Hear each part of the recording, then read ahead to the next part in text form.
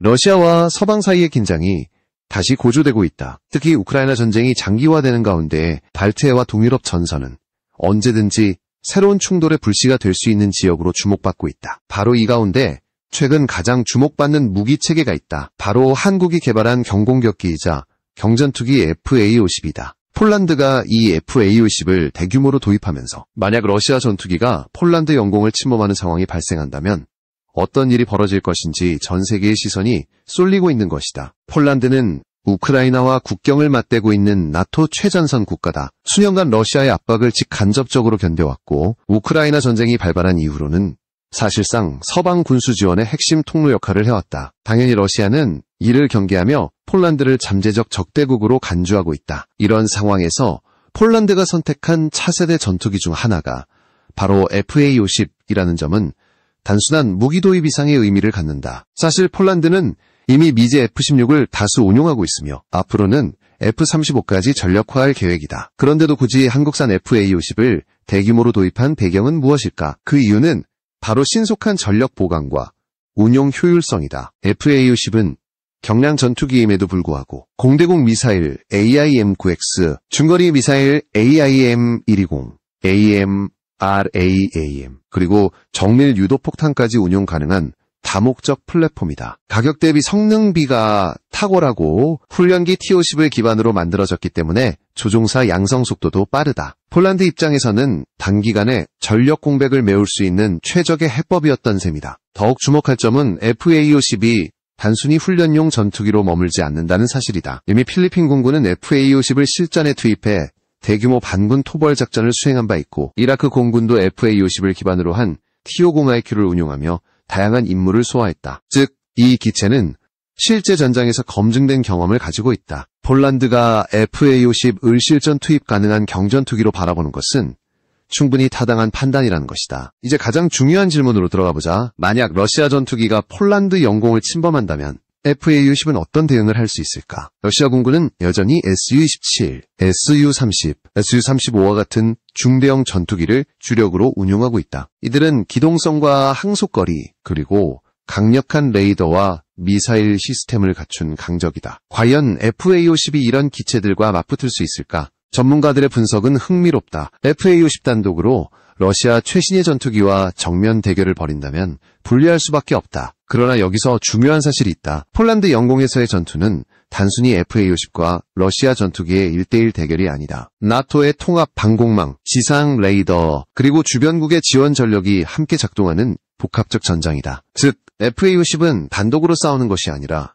나토 체계의 농과기를 등에 업고 싸우게 되는 것이다. 그렇다면 FA-50의 역할은 무엇일까? 그것은 바로 신속한 요격, 공중 차단, 그리고 초기 대응이다. 대규모 충돌 상황에서 가장 먼저 적기를 포착하고 필요할 경우 교전의 시간을 벌어주는 전선의 천병 역할을 맡을 수 있다. 그리고 이 과정에서 AIM-120, AIM-RAAM과 같은 중거리 공대공 미사일이 발휘하는 성능은 결코 무시할 수 없다. 이는 곧 러시아 전투기가 함부로 나토 영공을 침범하기 어려운 억제력으로 작용한다. 폴란드가 FA-50을 도입한 결정적 이유 중 하나는 시급성이었다. 우크라이나 전쟁 이후 러시아의 위협은 단순한 추측이 아니라 실질적인 군사적 압박으로 다가왔다. 따라서 폴란드 정부와 군은 가능한 한 빠른 시간 안에 가용 전력을 늘려야 했다. 미국의 F-35는 최첨단 전투기지만 인도 시기와 유지 비용이 만만치 않다. 반면 FA-50은 이미 생산 라인이 안정적으로 돌아가고 있었고 빠른 납품이 가능했다. 실제로 한국은 계약 후 불과 1년 만에 초도 물량을 폴란드에 인도하며 세계적으로 유례없는 속도를 보여줬다. 이는 곧 즉각적인 전력화라는 폴란드의 요구를 충족시킨 것이다. 또한 훈련과 운용의 효율성은 폴란드가 FA-50에 주목한 또 다른 이유다. 폴란드는 이미 나토 표준 장비와 전술 체계를 따르고 있으며 조종사 양성 또한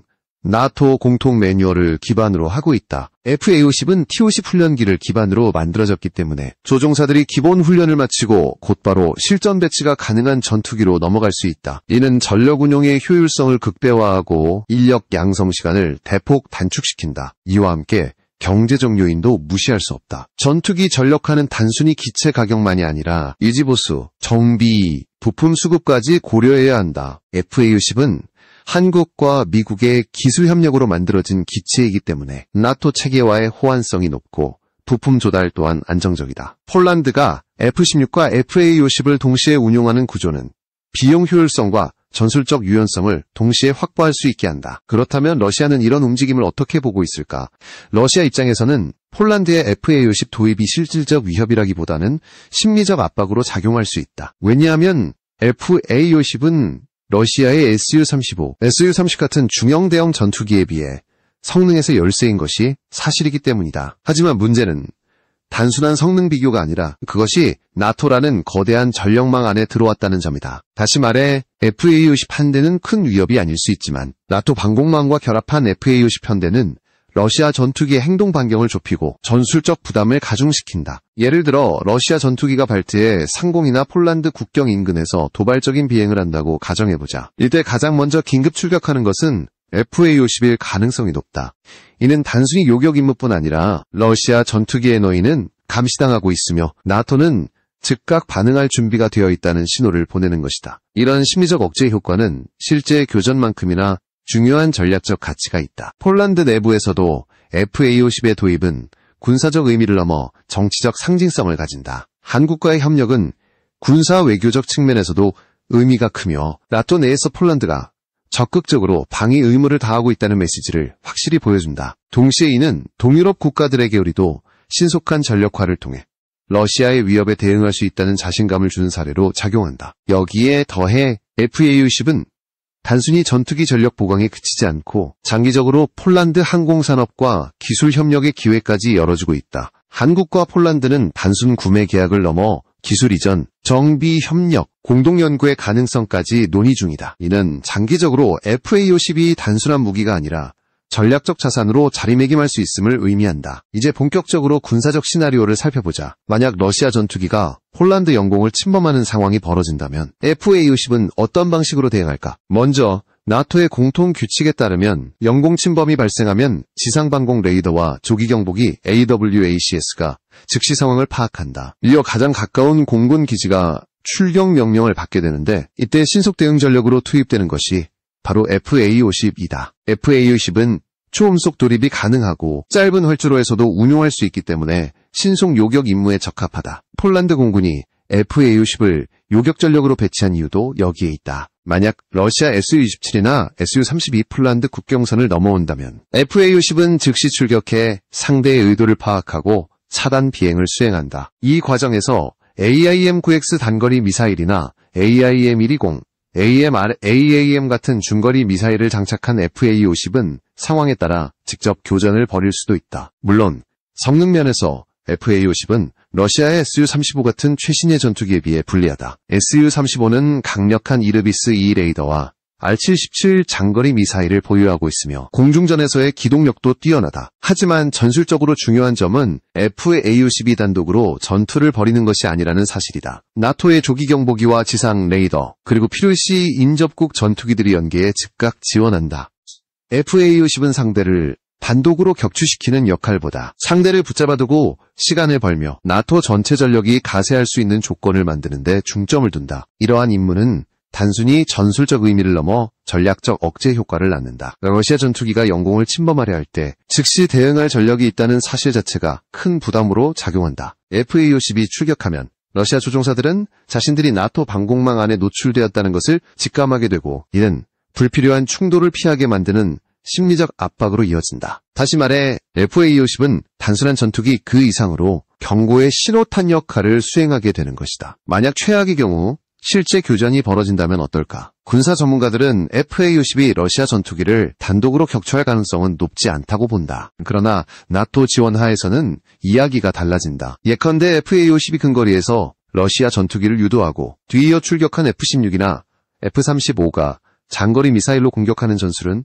충분히 가능한 시나리오다. 이 경우 FA-50 은밀기이자 선봉대로 기능하면서 전체 전장의 흐름을 유리하게 이끌 수 있다. 특히 AIM-120, AMR-AAM 미사일을 장착한 FA-50은 생각보다 위협적인 전력을 발휘할 수 있다. 이 미사일은 최대 사거리가 100km 이상으로 러시아의 R-77과 견줄만하다. 만약 조기경보기의 지원을 받아 먼저 표적을 포착한다면 FA-50이 선제 공격에 나설 가능성도 배제할 수 없다. 이는 곧 경전투기라는 이름만으로 FA-50을 과소평가할 수 없는 이유가 된다. 즉, FA-50이 단독으로 러시아의 Su-35를 압도할 수는 없지만 나토의 전술적 네트워크와 결합한다면 실질적 위협으로 작용할 수 있는 것이다. 폴란드가 FA-50을 단순한 보조 전력이 아니라 최전선 요격기로 바라보는 이유가 바로 여기에 있다. 폴란드가 FA-50을 도입함으로써 얻게 되는 효과는 단순히 군사적 전력 보강에 그치지 않는다. 이는 곧 나토 전체 방어 전략의 구조적 변화를 의미한다. 기존의 동유럽 나토 회원국들은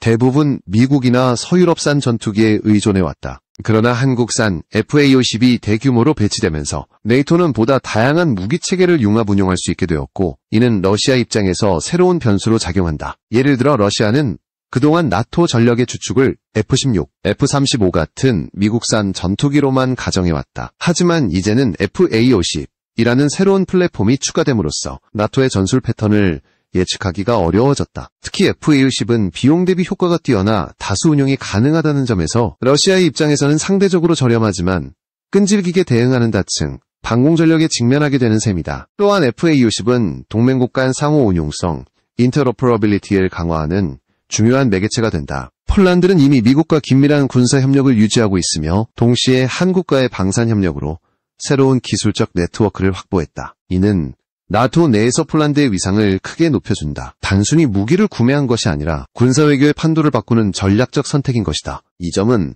러시아에도 심리적 압박을 가한다. 러시아는 과거 동유럽 국가들이 경제적 한계로 인해 첨단 무기를 충분히 도입하지 못할 것이라 생각했다. 그러나 FA-50 계약은 이런 계산을 무너뜨렸다. 이제 동유럽 국가들조차 한국과 같은 새로운 방산 파트너를 통해 빠른 속도로 전력을 강화할 수 있음을 보여준 것이다. 다시 말해 러시아의 시간을 벌어 상대를 압박한다는 전략이 더 이상 통하지 않게 된 것이다. 또 다른 중요한 의미는 억제력, 디터런스이다. 군사력은 단순히 전쟁을 치르기 위해 존재하는 것이 아니라 전쟁을 예방하는 수단이기도 하다. FA-50이 폴란드에 배치됨으로써 러시아는 더 이상 폴란드 영공 침범이라는 도발을 쉽게 시도할 수 없다. 설령 FA-50이 Su-35를 정면에서 제압하기 어렵다고 해도 그 존재 자체가 즉각적 대응 가능성을 상징하기 때문이다. 이는 곧 전쟁 억지력으로 이어진다. 폴란드 국민들에게도 FA-50 도입은 심리적 안정감을 준다. 우크라이나 전쟁이 장기화하면서 하지만 한국산 전투기가 신속히 배치되면서 국민들은 정부가 실질적 대비를 하고 있다는 확신을 갖게 되었다. 이는 내부 정치적으로도 큰 효과를 발휘한다. 마지막으로 FA-50은 향후 더 큰 전략적 확장의 교두보가 될 가능성이 크다. 단순히 폴란드만이 아니라 체코, 슬로바키아, 루마니아 등 동유럽 국가들 또한 FA-50에 관심을 보이고 있다. 만약 이들 국가가 추가로 도입을 결정한다면 동유럽 전선은 사실상 FA-50 벨트로 묶이게 된다. 이는 러시아 입장에서 감당하기 쉽지 않은 압박일 것이다. 이제 FA-50이 실제 전장에서 어떻게 활용될 수 있는지를 가정해보자. 우선 나토 작전 교리에서 폴란드 영공방어 임무는 다층적 구조로 이루어져 있다. 가장 바깥쪽에서는 지상 레이더망과 조기경보기 AWACS가 러시아 전투기의 움직임을 실시간으로 추적한다. 그 다음에는 F-16이나 F-35 같은 주력 전투기가 투입되기 전 FA-50과 같은 신속 대응 전력이 먼저 출격한다. 이 단계에서 FA-50은 단순히 요격뿐 아니라 초기 대응의 상징 역할을 맡게 된다. 구체적인 시나리오를 가정해보자. 러시아 Su-30 전투기 2대가 발트해 상공에서 폴란드 국경 쪽으로 접근한다. 지상 레이더와 나토 조기경보기가 이를 포착하자 가장 가까운 기지의 FA-50 편대 2대가 긴급 출격한다. 이들은 초음 속으로 상승하면서 적 전투기의 진로를 차단하는 궤도를 그린다. 통신망을 통해 나토 지휘부는 러시아 조종사들에게 경고 메시지를 전달하고 FA-50은 무장을 장착한 상태로 접근한다. 이 순간 러시아 조종사들이 마주하는 것은 단순히 2대의 경전투기가 아니다. 그들은 자신들이 나토의 전체 레이더망에 포착되었으며 몇 분 안에 F-16, F-35 그리고 지대공 미사일 체계까지 맞닥뜨릴 수 있다는 사실을 직감하게 된다. 이러한 상황에서 실제 교전이 발생할 가능성은 낮지만 긴장감은 극도로 고조된다. 만약 러시아 전투기가 경고를 무시하고 더 깊이 영공을 침범한다면 FA-50은 AIM-120, AMRAAM 중거리 미사일을 발사할 준비를 하게 된다. 이때 조기경보기와 지상통제소의 데이터 링크를 통해 FA-50은 자신의 레이더 범위를 넘어선 표적까지도 공격할 수 있다. 다시 말해 단독기체 성능만이 아니라 나토 네트워크와 결합된 능력이 곧 FA-50의 힘인 것이다. 군사 전문가들은 이런 시나리오에서 FA-50 의전술적 가치를 높게 평가한다. 비록 기체 성능만으로는 러시아 Su-35와 정면 승부하기 어렵지만 선봉대로서 적기를 견제하고 시간과 공간을 조율해 아군 주력 전력이 개입할 수 있는 여건을 마련한다는 점에서 결정적 역할을 한다는 것이다. 특히 다수 운용이 가능하다는 특성은 FA-50을 더욱 위력적인 억제 수단으로 만든다. 러시아 입장에서 볼 때 폴란드 전역에 산재한 다수의 FA-50 편대는 일종의 보이지 않는 방벽과도 같다. 또한 FA-50은 단순히 방어 임무뿐만 아니라 필요할 경우 공격 작전에도 투입될 수 있다. 정밀 유도폭탄, JDAM, AGM-65 매버릭 공대지 미사일 등을 장착할 수 있기 때문에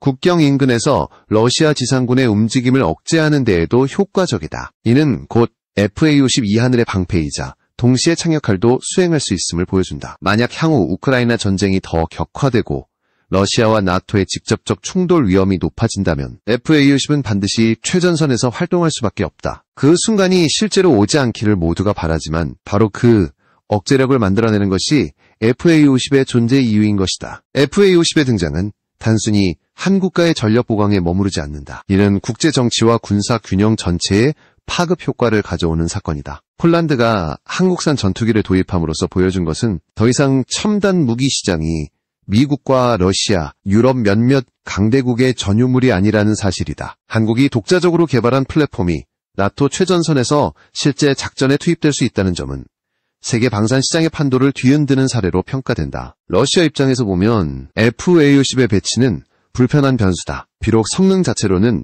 Su-35 같은 4.5세대 전투기보다 열세일 수 있지만 문제는 이 기체가 나토 전술망 속에 들어가 있다는 점이다. 이는 러시아의 전략적 계산을 복잡하게 만든다. 단순히 한 대의 FA-50을 상대하는 것이 아니라 그 뒤에 연결된 조기 경보기, F-16, F-35 그리고 지대공 미사일까지 함께 고려해야 하기 때문이다. 결국 러시아가 폴란드 영공을 넘보는 순간 자신들이 감당해야 할 위험은 기하급수적으로 커진다. 또한 FA-50의 존재는 주변 동유럽 국가들에게 중요한 메시지를 전한다. 전력 공백을 메우고 러시아의 위협에 맞서기 위해 반드시 고가의 스텔스 전투기만이 해법은 아니라는 것이다. 빠른 납기, 합리적인 비용, 그리고 실전 운용 능력을 갖춘 FA-50, 은연실적인 대안으로 부상했다. 이는 한국 방산산업의 신뢰도를 높이는 동시에 동유럽 전체의 방위태세를 강화하는 효과를 낳고 있다. 더 나아가 FA-50의 배치는 한국과 폴란드 간 군사 외교의 상징이 되었다. 단순한 무기 거래를 넘어 정비 협력, 기술 교류, 훈련 체계 공유까지 이어지면서 이는 나토 차원에서도 의미가 크다. 회원국 간 무기 체계가 다양해질수록 러시아는 전술 예측이 더 어려워지고 억제 효과는 배가 된다. 결국 FA-50은 단순히 경전투기라는 이름에 갇혀 있을 수 없다. 그 존재는 실질적 전투력 이상의 상징성을 갖는다. 폴란드 국민들에게는 안보의 심리적 버팀목이고 나토에게는 신속 대응의 최전선 전력이며 러시아에게는 불편한 변수가 된다. 만약 언젠가 실제로 폴란드 영공에서 충돌이 발생한다면 FA-50은 첫 번째로 출격해 역사의 현장에 서게 될 것이다. 그 순간이 오지 않기를 바라지만 아이러니하게도 바로 그 가능성이 FA-50의 억제력을 강화하는 원천이다. FA-50은 단순한 작은 전투기가 아니라 시대적 상징이자 전략적 카드다. 한국의 기술력이 나토 최전선에서 시험대에 올랐고 이는 러시아와 서방 간 힘의 균형에 새로운 긴장을 불러왔다. 앞으로 FA-50이 실제 전장에서 어떤 평가를 받을지는 미지수지만 지금 이 순간만큼은 분명하다. 그 존재만으로도 러시아의 행동 반경을 제약하고 나토의 대응 속도를 높이며 동유럽 전선을 한층 더 안전하게 만들고 있다는 사실